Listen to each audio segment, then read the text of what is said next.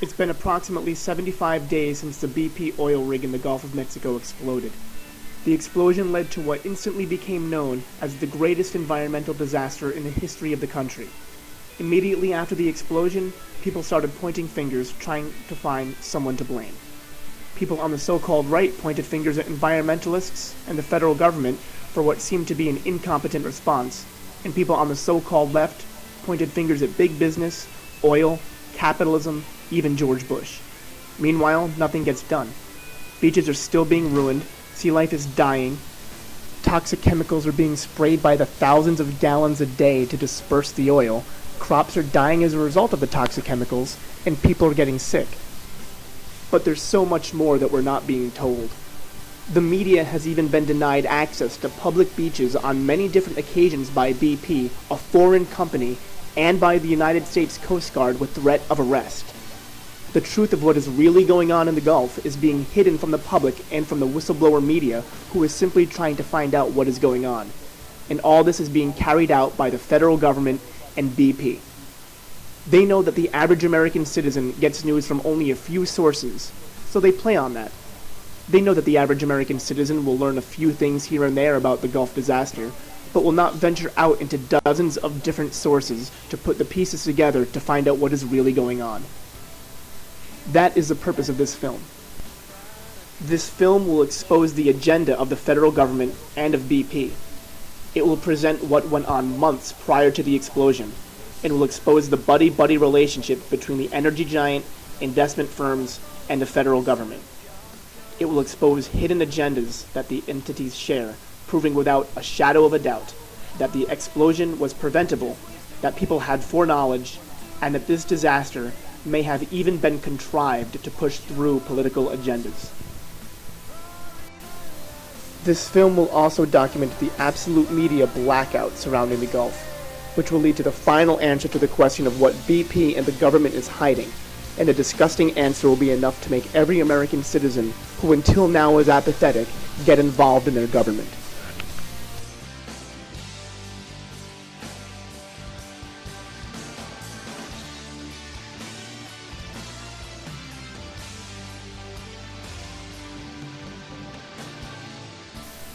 On April 20th, the Deepwater Horizon oil rig exploded, killing 11 workers and injuring 7. 3 days later, the U.S. Coast Guard told us that the wellhead was not leaking, but the next day came out and said that approximately 42,000 gallons of oil were leaking per day.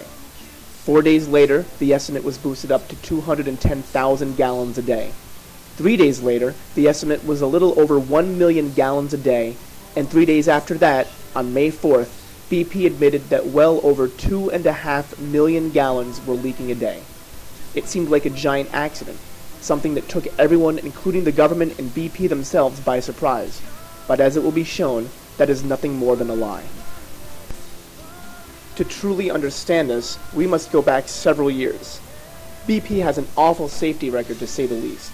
Going back to 2007, 2 years after the BP refinery in Texas exploded, investigators for the Center of Public Integrity analyzed records from the Occupational Safety and Health Administration, or OSHA, and found 872 different safety violations, which accounted for 97% of all safety violations in that field of business.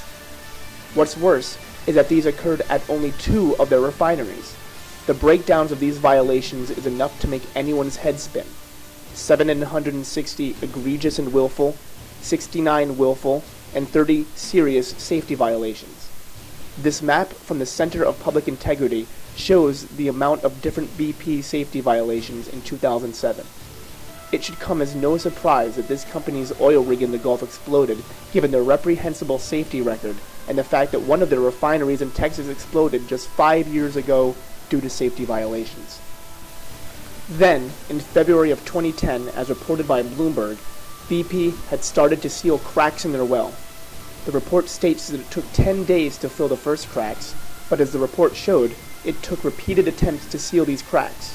And according to John Wang, assistant professor of petroleum and natural gas engineering at Penn State, repeated attempts usually indicate that the wrong kind of cement is being used. This evidence alone merely shows that BP knew of a problem and that they tried to remedy the situation. but new evidence regarding the deep-water installation manager Jimmy Harrell and several eyewitnesses shows that the explosion could have been prevented and that the higher-ups in BP acted out in a negligent fashion. Douglas Brown, the chief mechanic on the Deepwater Horizon, testified before the Coast Guard and the MMS, stating that Harrell had a skirmish over drilling procedures during a meeting with BP's company man, well site leader Robert Kaluza. "I remember the company man saying that this was how it's going to be," Brown told the panel. As Harrell was leaving the meeting, according to Brown, he pretty much grumbled, "I guess that's what they have those pincers for," referring to the blowout preventer on the seafloor that is supposed to be the last resort to prevent a leak in the event of an emergency. The blowout preventer failed following the explosion on the rig, causing the massive spill. Massive amounts of shares in stock days before the explosion just add to the piles of evidence showing the people at the top had prior knowledge of something disastrous happening. The London Telegraph reported that just 1 month before the explosion, Tony Hayward sold 1/3 of his stock in BP. That would be approximately 1 month after the attempted fixes on the well in February. Likewise, Goldman Sachs, as reported by Raw Story and other publications, sold 44% of its stock in the first quarter of 2010, almost double the amount of any other institution. As the story mentions, a sale like this isn't that unusual, but there's more to the story than that. Peter Sutherland, member of the Trilateral Commission, has his feet in both BP and in Goldman Sachs. According to the Trilateral Commission's very own website, Peter Sutherland was chairman of BP plc until the end of 2009 and is currently the chairman of Goldman Sachs International. The mere fact that the same man is former chairman of BP plc and the current chairman of Goldman International is enough to raise the question of why Goldman sold twice as much stock as any other firm and why BP CEO Tony Hayward also sold 1/3 of his stock.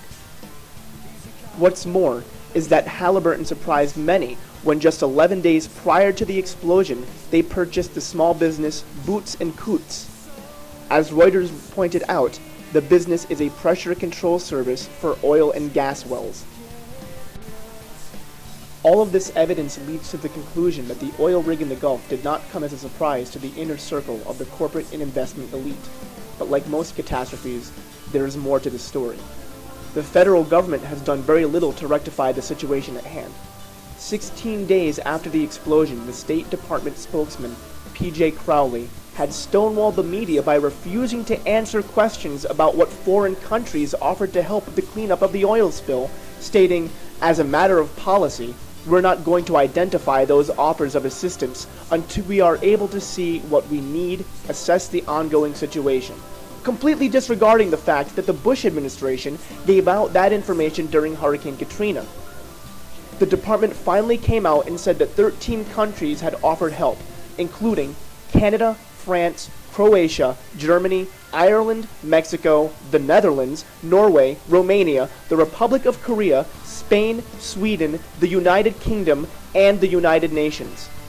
What's more is that he finished his speech up with, "While there is no need right now that the U.S. cannot meet, the Coast Guard is assessing those offers of assistance to see if there will be something which we need in the near future." This is arrogance at its best. This kind of problem needs all the help it can get, and for the White House to say, "We're assessing it" 2 weeks into the problem is beyond questionable. Just 16 days after the explosion, 13 countries had offered help, and the White House refused. Why would that be?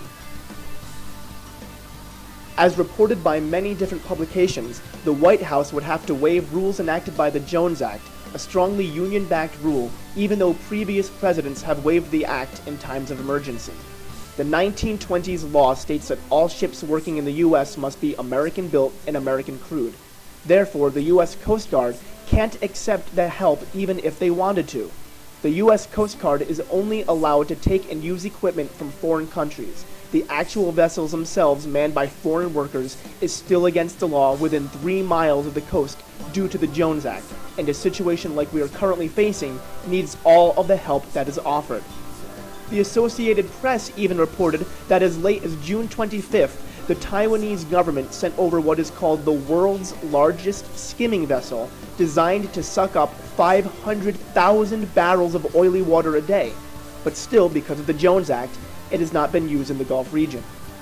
Even sovereign states are being stonewalled by the federal government from being able to clean up their own beaches.